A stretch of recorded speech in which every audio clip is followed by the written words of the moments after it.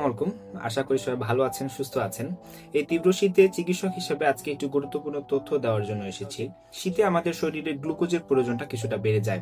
এর পেছনে স্পষ্ট কিছু বৈজ্ঞানিক ব্যাখ্যাও রয়েছে। শীতে তাপ উৎপাদনের জন্য আমাদের শক্তি লাগে এবং শরীর নিজের তাপমাত্রা 37°C ধরে রাখতে বেশি মেটাবলিজম বাড়ায়। ফলে গ্লুকোজের দ্রুত ব্যবহার হয় এবং লিভার থেকে গ্লাইকোজেন ভেঙে গ্লুকোজ তৈরি করে। শীতে যখন আমাদের কাঁপুনি হয়, এতে ইনভলান্টারি মাসেল কন্ট্রাকশন হয়, যার ফলে আমাদের মাসেলের গ্লুকোজ আপটেকটা বেড়ে যায় এবং বিশেষ করে যারা বয়স্ক ব্যক্তি আছেন তাদের হাইপোগ্লাইসেমিয়া হওয়ার প্রবণতাটা অনেকাংশেই বেড়ে যায়।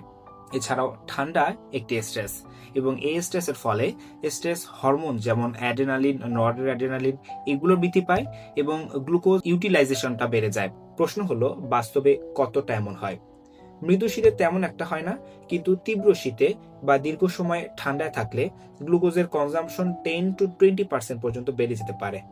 তাই বিশেষ করে যারা ডায়াবেটিক বা বয়োজ্যেষ্ঠ ব্যক্তি, ঠান্ডায় তাদের হাইপোগ্লাইসেমিয়ার ঝুঁকি বাড়ে।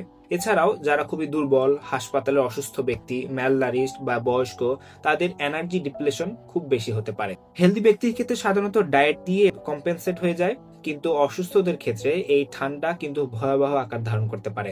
কারণ আমরা সবাই জানি হাইপোগ্লাইসেমিয়া বেশি ভয়াবহ, কারণ ব্রেইন সম্পূর্ণ গ্লুকোজ ডিপেন্ডেন্ট, এর কোনো নিজের রিজার্ভ নেই এবং গ্লুকোজ কমে গেলে মিনিটের মধ্যে ইরিভার্সিবল ব্রেইন ড্যামেজ বা মৃত্যুও হয়ে যেতে পারে। তাই এই শীতে বয়োজ্যেষ্ঠদের প্রতি আপনার যত্ন বাড়ান এবং ডায়াবেটিসের ব্যাপারে সতর্ক থাকুন। ধন্যবাদ।